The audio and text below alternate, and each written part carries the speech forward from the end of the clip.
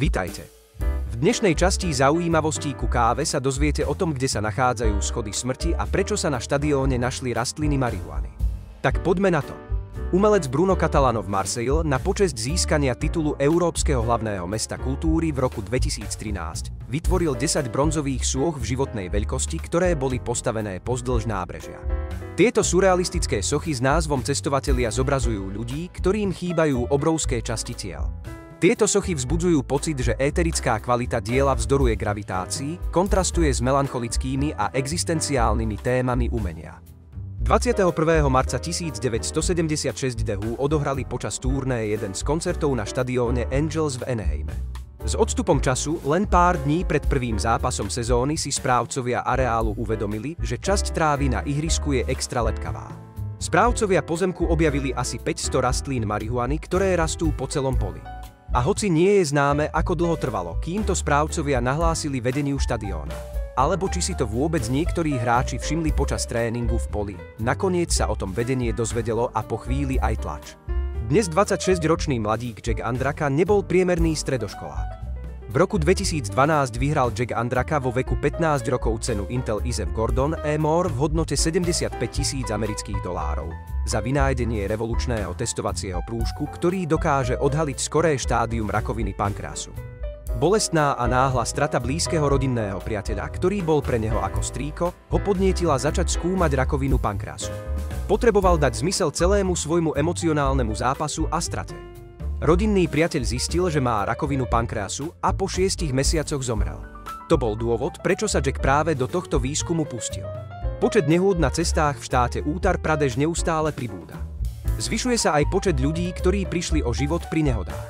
Dopravná polícia Moradabad teda začala jedinečnú iniciatívu. Hovorí sa, že tí, ktorí porušia pravidlá cestnej premávky, budú musieť sedieť na polícii 3 hodiny.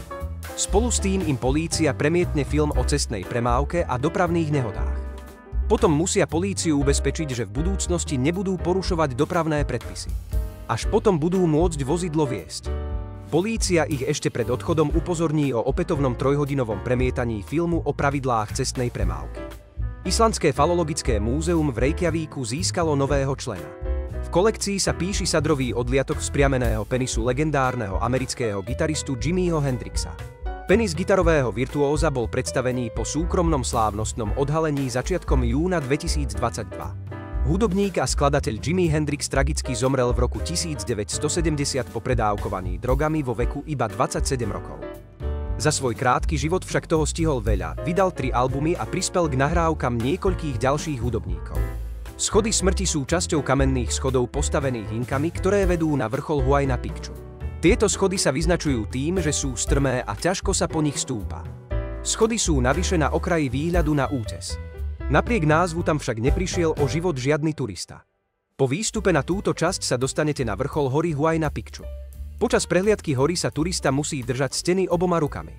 Turistov čaká 183 metrov skalných schodov, ktoré boli vytesané pred viac ako 500 rokmi.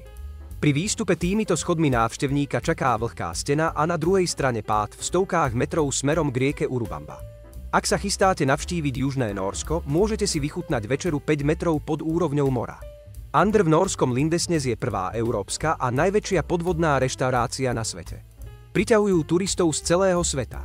Podmorská reštaurácia Andr definitívne zaradí Južné Nórsko na jedálenskú mapu, a to nielen v Nórsku, ale aj na celom svete. A o miesto v reštaurácii môže byť tvrdá konkurencia.